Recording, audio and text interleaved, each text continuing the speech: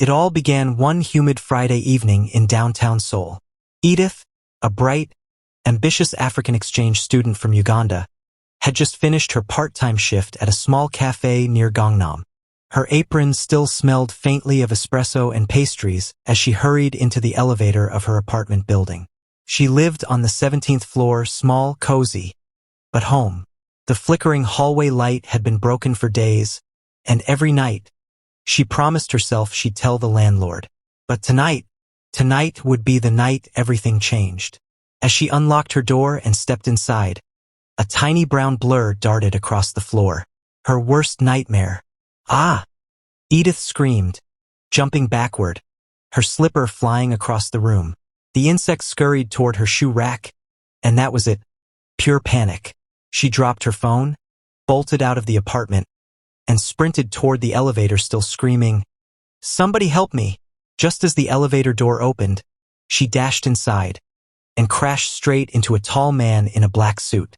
His coffee spilled down his white shirt, his phone clattered to the floor, and Edith, trembling and barefoot, clung to his chest like her life depended on it. "Please, it's chasing me," she cried.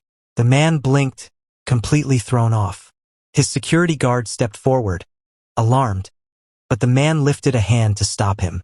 His gaze dropped to the terrified girl holding onto him like a child. "What's chasing you?"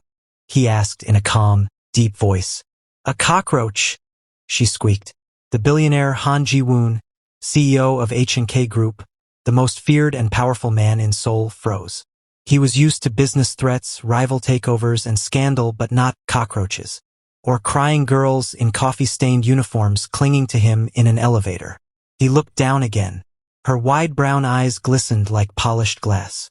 Her hair was in a messy bun, her lip trembling. Something inside him cracked.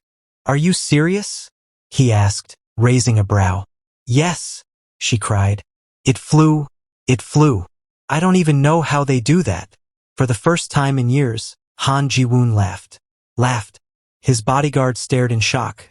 The man who once fired an executive for being late was laughing because of a cockroach story. He pressed the elevator button and said, "All right, let's go see this beast that scared you." "No," she yelped, clinging tighter to his arm. "I can't go back there. It's still alive." He sighed, then smiled, a small, amused curve of his lips. "You're shaking. Sit down. I'll handle it." Within minutes, one of his guards went in, came back out, and simply said, "Target neutralized." Edith finally breathed. "Oh, thank God." Han Ji-woon folded his arms. "You caused chaos over a bug. You owe me a new shirt," she gasped, finally realizing what she'd done. "Oh my God, I'm so sorry. I didn't mean to wait." Her eyes widened as she really looked at him, the face she'd seen on business magazines, billboards, and news reports. "Why, you're Han Ji-woon?" she stammered. He tilted his head. "And you're the girl who assaulted me with coffee and fear." Her cheeks burned.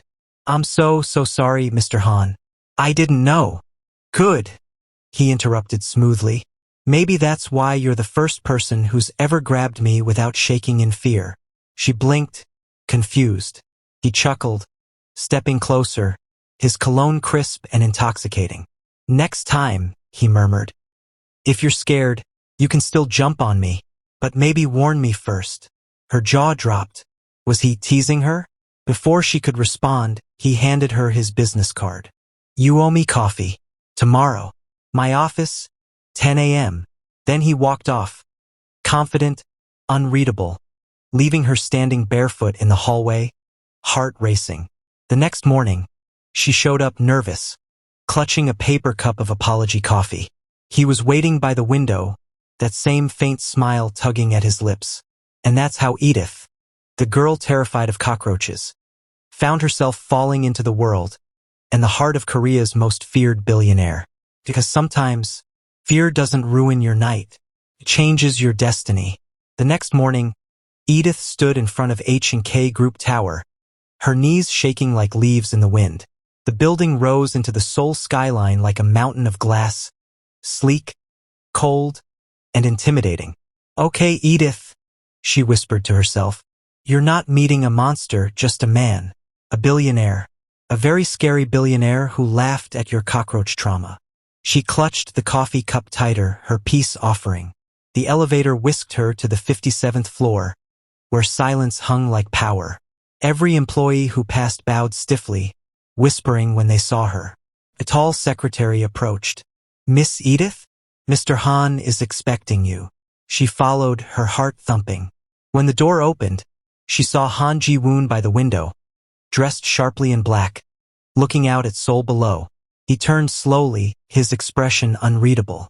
So, he said, voice low and even, the girl who attacked me with fear actually came back. Edith gulped. I brought you coffee. As an apology. He raised a brow. You brought me coffee? After spilling one all over me. It's, to make up for the damage, she said, forcing a smile. He stared at her for a long second, then took the cup. You're brave, Miss Edith. Brave? I literally ran from a cockroach yesterday, she muttered. A faint chuckle escaped his lips. Exactly. You ran from a cockroach but came to face me. That's impressive. Her eyes widened. Was that a compliment? He motioned for her to sit. Tell me, what are you studying? Architecture, she said quietly. At Seoul National. I also work part-time at Moonbeam Cafe. Architecture, he repeated, intrigued. That's ambitious. I love building things, she said, eyes lighting up. Designing spaces that make people feel safe. Then, realizing she was talking too much, she froze. Sorry, I tend to ramble when I'm nervous. He smiled, for real this time. You can ramble. It's better than the silence I live in. That made her heart twist. For all his power and fame, he sounded lonely. Then, out of nowhere, he said, Come work for me. She blinked. What? I need someone with vision, he said. And honesty. You didn't fake a smile when you saw me. You screamed at me, spilled coffee on me, and called for help. No one else dares to be that real around me. Are you serious? She asked. Completely. A paid internship. My personal architectural assistant. If you can handle your fear of insects, you might even handle me. Her pulse quickened. But why me? He leaned forward slightly, voice dropping. Because for the first time in years, someone made me laugh. Their eyes met. The world seemed to fall silent for a moment. The hum of the city outside fading to nothing. She bit her lip. You're impossible, Mr. Han. He smirked. You'll get used to it. From that day on, Edith's life changed completely. She went from serving coffee to sharing offices with the man who owned half of Seoul. She saw sides of him no one dared to imagine. His calm, his temper, his quiet humor. He started calling her Little Storm, because she brought chaos wherever she went. And somewhere between late-night meetings and coffee breaks, that chaos began to feel like love. By the second week of working at H&K Group, Edith's life felt like a whirlwind. One day, she was sketching building layouts beside the richest man in Korea. The next, she was trying not to spill coffee on his 1,000,001 suits again. Every time Han Ji-woon walked by her desk, her heart seemed to forget how to beat. He was calm, focused, intense. Yet every now and then, that rare, crooked smile would appear, and only for her. It drove the entire office crazy. Did you see that? One intern whispered. The boss smiled at her again. He never smiles at anyone, another hissed. Who is that girl? I heard she's some kind of foreign intern. Must have done something special to get his attention. Rumors spread like wildfire. Edith could feel the stares everywhere she went. Icy, judgmental, and curious. But Ji-woon didn't seem to care. One evening, after a long day of reviewing designs for a new skyscraper project, he asked quietly, You're not sleeping well, are you? Edith looked up, startled. How do you know? You yawned 5 times during the meeting, he said. And you drew a treehouse on the blueprint. Her eyes widened. Oh my God. I did not wait. Did you really see that? He chuckled softly. Yes, you're cute when you're tired. Her cheeks burned. You shouldn't say things like that, Mr. Han. Why not? He asked, voice low. Is it Distracting? She swallowed hard. A little. His gaze lingered, deep and unreadable. Then I'll stop. But he didn't. In the days that followed, he became even more protective. He personally reviewed her project reports, offered her rides home, and once, when a senior architect yelled at her for a small mistake, Ji-woon walked into the room and said coldly, "Raise your voice at her again, and you'll find yourself designing bus stops instead of skyscrapers." The room went silent. That night, Edith confronted him. "You can't do that," she said firmly in his office. "People already think I get special treatment." He leaned back in his chair, watching her. "You do. See, that's the problem." "Because you earned it," he interrupted. "You work harder than half my staff. You just don't see what I see." She hesitated. "And what do you see, Mr. Han?"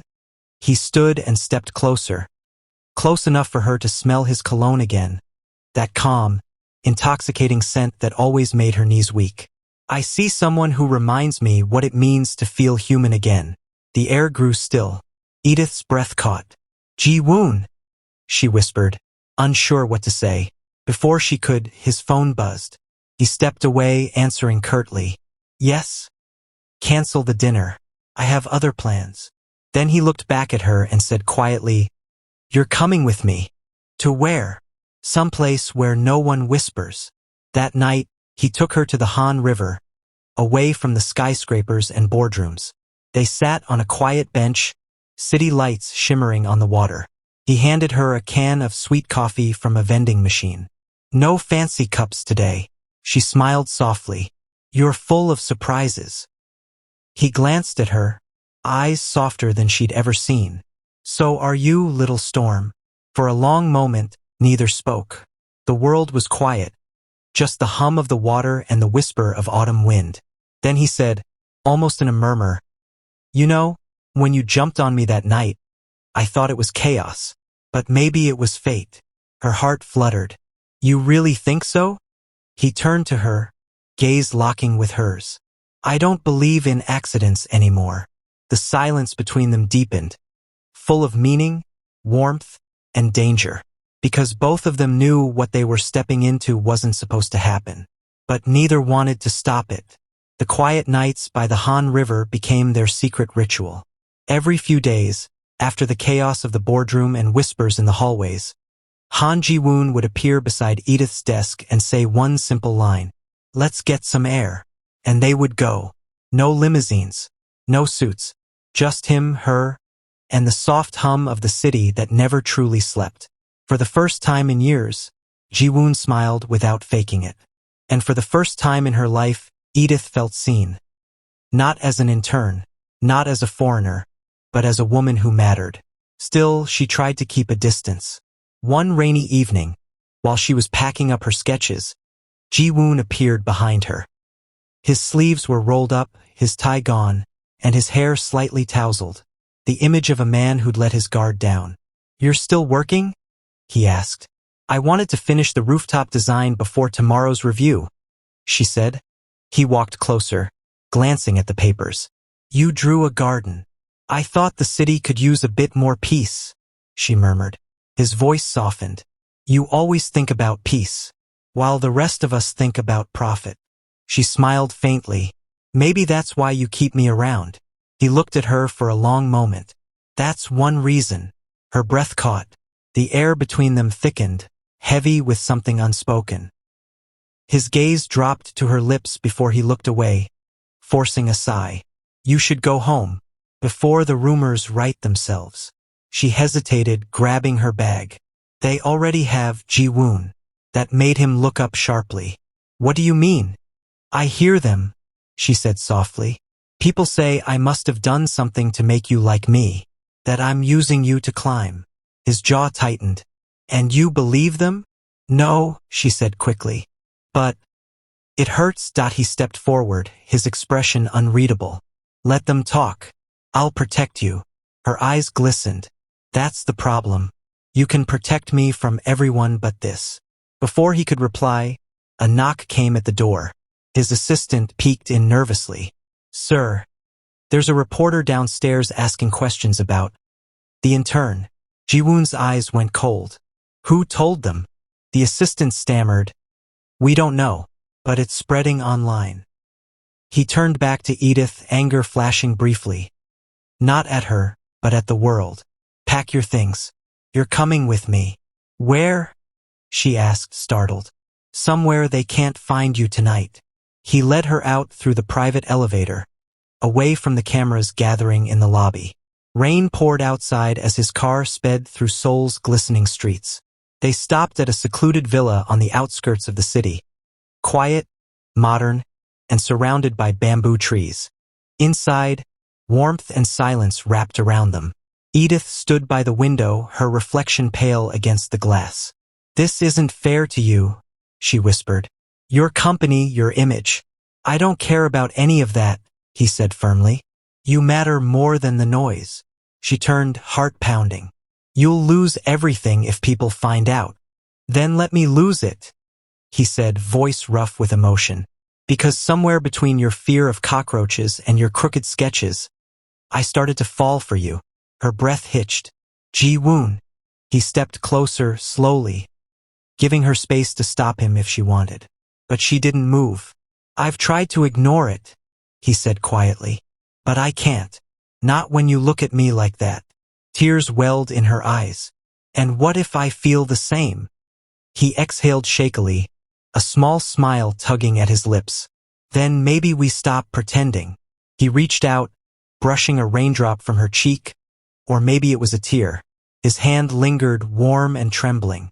The world outside was chaos, but in that moment time stopped. And as thunder rolled in the distance, the line between boss and employee, power and vulnerability, slowly dissolved into something dangerously beautiful. Rain tapped gently against the windows of the villa, the kind of steady rhythm that made everything feel suspended, like the world outside had paused to watch them.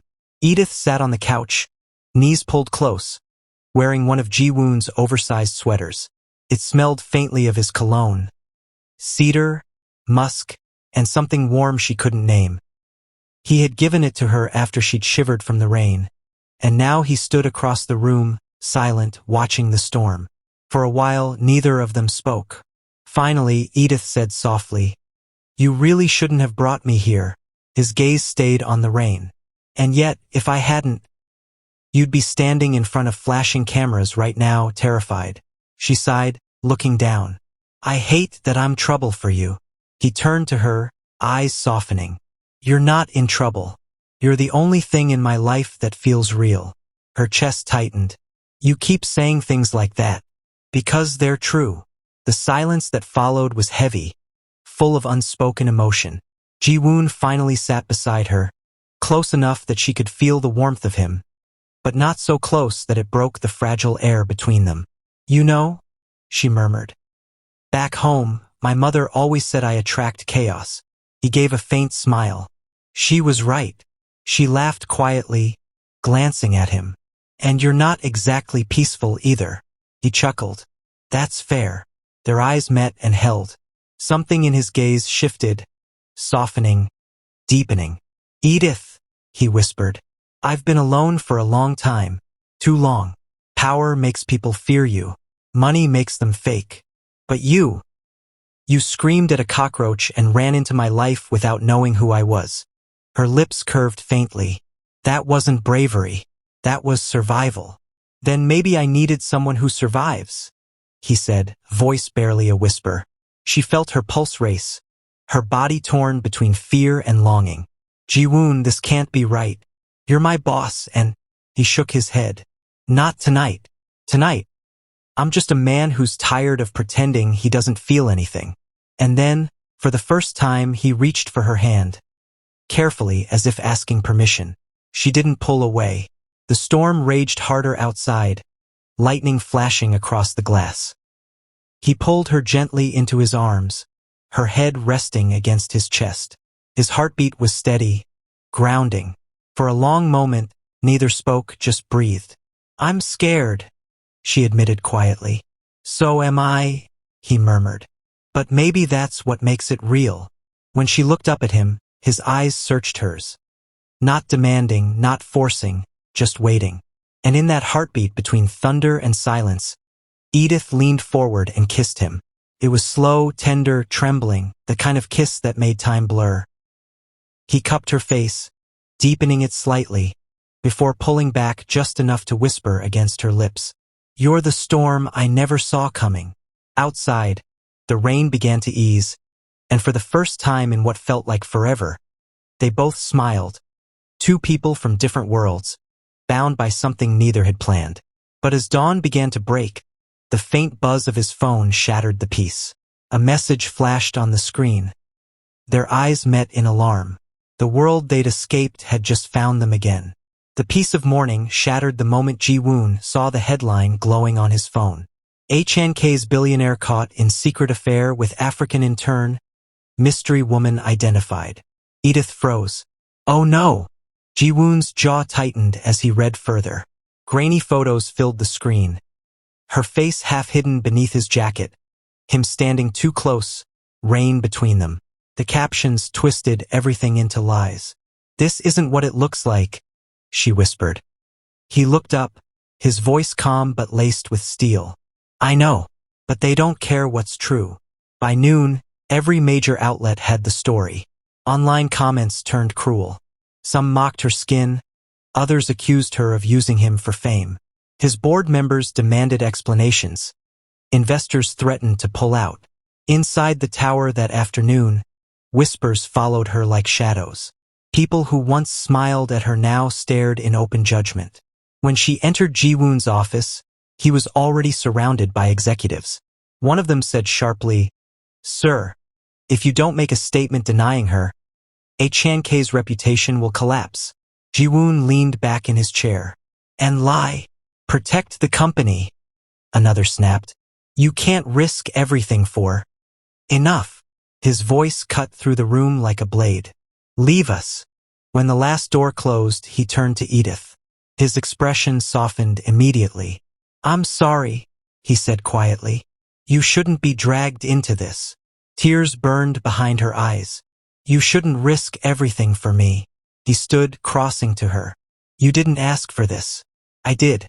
The moment I brought you into my world, I made you a target." "Then let me go," she said, voice breaking. "If I leave, maybe they'll stop." He hesitated. "Do you want to?" She opened her mouth but couldn't speak. She didn't want to go. Not really. But seeing him suffer because of her felt unbearable.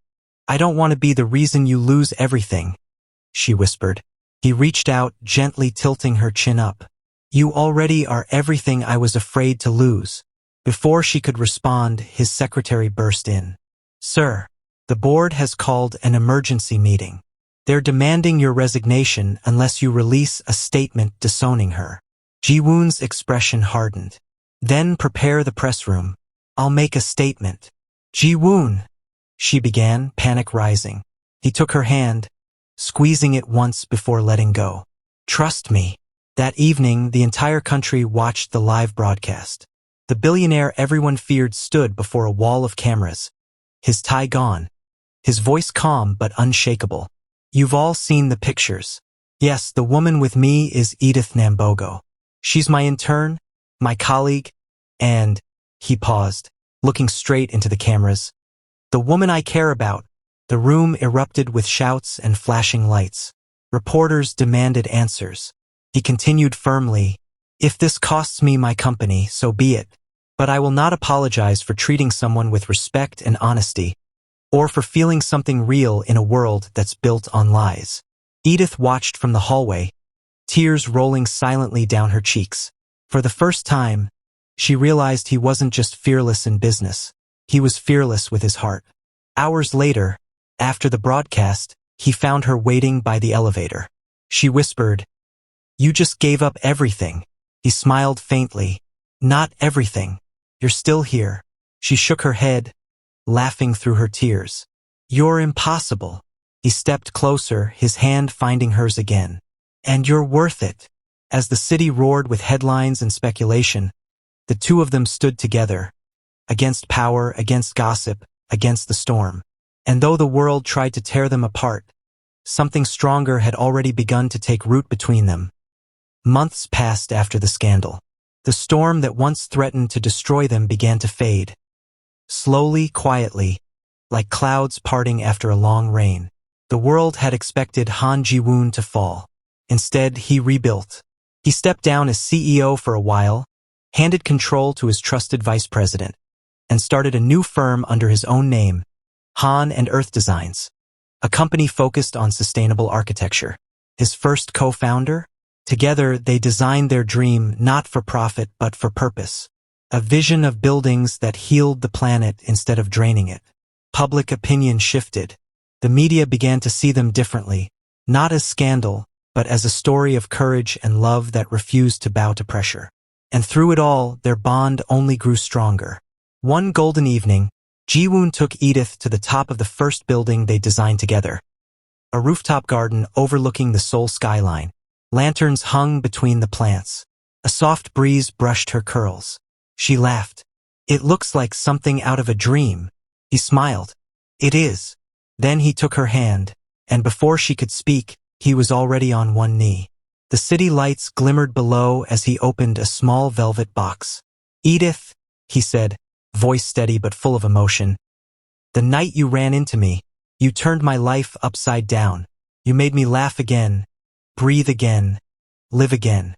I don't want another sunrise without you by my side." Her hand flew to her mouth, eyes wide and shimmering. He continued softly, "Marry me, not as my intern, not as the girl who changed my company, but as the woman who changed my heart." Tears fell freely down her cheeks. "Yes," she whispered, trembling. "1,000 times, yes." He slipped the ring onto her finger. A simple gold band, elegant and timeless, then pulled her into his arms as the lanterns swayed above them. For the first time, their story didn't feel like a secret or a scandal. Felt like home. The ceremony was small, private, and perfect. It took place at the same villa where they'd first confessed their feelings, surrounded by bamboo trees and soft lights. Edith wore a flowing ivory dress with golden beadwork inspired by her Ugandan heritage. Her curls framed her glowing face. Ji-woon stood waiting for her beneath a canopy of white lilies, his eyes never leaving hers as she walked toward him. When the vows began, his voice broke slightly. "You were the chaos I never expected, the peace I never earned. I used to think love was a distraction. Now I know it's the reason I'm still standing." Edith smiled through tears. "You saw me when no one else did. You made me believe that even in a strange country, I could belong. Not because I changed who I was, but because you loved me for it." As the sun set, they exchanged rings, sealing a bond that had defied fear, class, and every whisper that once tried to break them. When he kissed her, the small crowd of family and friends cheered softly, and for a moment, even the wind seemed to pause. Later, as the night fell and they danced barefoot under the stars, Ji-woon leaned close and whispered in her ear, "Do you still scream when you see a cockroach?" She laughed, pressing her forehead against his. "Not anymore. I already met something scarier. A man with too much power and too much heart." He grinned. "And you tamed him." And with laughter, love, and the gentle hum of music under the moonlight, their story came full circle, from fear to fortune, from chaos to forever. Thank you for watching. If you enjoyed the story, please leave a comment. Also like, share, and subscribe to my channel and click on the notification icon so that you will get notified whenever a new story is uploaded.